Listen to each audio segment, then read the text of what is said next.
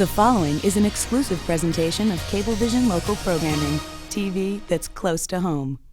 Coming up on this New York edition of Neighborhood Journal, fresh fruits and vegetables has the Bronx buzzing.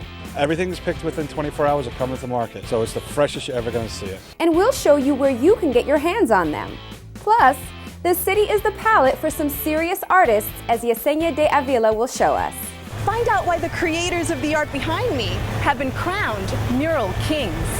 And Charlie Cornacchio reintroduces us to Margaret Lang Tan in an award-winning segment called Toy Piano. It's all coming up right here on Neighborhood Journal.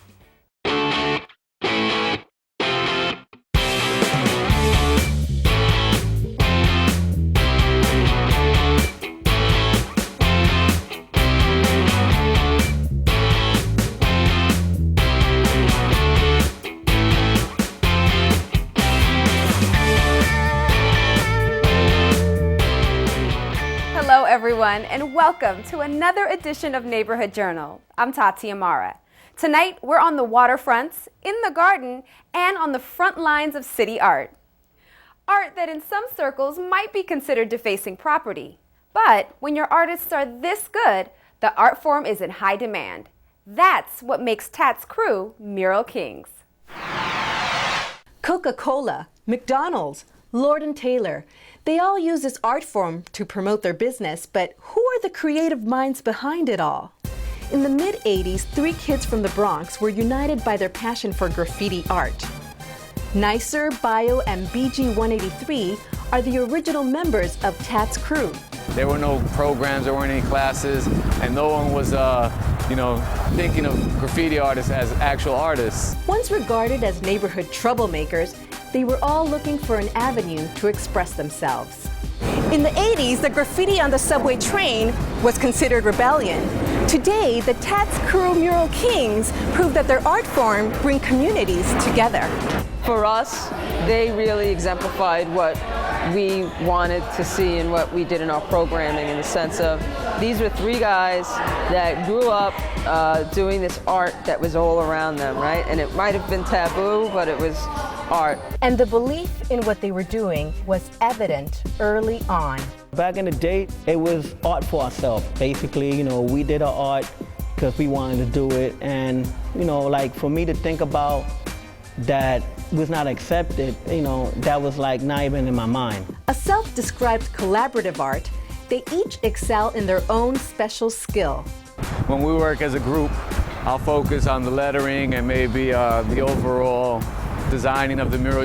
BG usually focuses on the portraits and stuff like that. Nice is kind of like that gimmick cartoon character guy. We all can do a bit of everything, but when we work as a group, we all go into our respective slots. As the Tats Cru entered young adulthood, the subways were no longer a challenging canvas to them, so they took it to the streets. But what ended up happening was now, people would see us painting in the streets and we were approachable. Approachable and respected, because once Tats Cru put their art to a wall, no other graffiti artist would tag that area. Local mom and pop stores and businesses in the community would approach us and tell us, listen, I have a store down the block. I noticed you guys paint and they don't write on it. But I get a sign painter to come and do a sign for me, and guys will come and write on it. As their popularity grew, so did the era of hip-hop, and together they were at the pulse of urban culture. The graffiti was the backdrop and the signage for the whole hip-hop, movement. The movement paved the way for corporations to come knocking on their door. Back then, we were seeing a lot of corporations using graffiti as a tool to advertise and whatever, but they weren't using real artists, graffiti artists. They were using a graphic artist who was trying to copy a graffiti style. Along with their corporate demands came local demands for memorial murals. In a tragic irony, Nicer expresses the difficulty of remembering this day and considers his teammates at Tats Cru more than just business partners, but family. Last year, I lost my son today. It's the anniversary. He was 22 years old. He was shot by accident in a barbecue. It wasn't even meant for him, but today's the first year anniversary, and if it wasn't for them, I wouldn't know where I'd be. For me, it was more like a sensitive issues because a lot of my people in the community was dying. So, you know, it brought a little bit of more caring in the community. Through their highs and lows, the Tats Cru Mural Kings have earned the admiration and respect of their community. And through their artistic talents are proving to be role models for a neighboring after-school program. And these are three guys from the neighborhood who did this and really turned it into a business and a career. And have made a vibrant impression on the younger generation.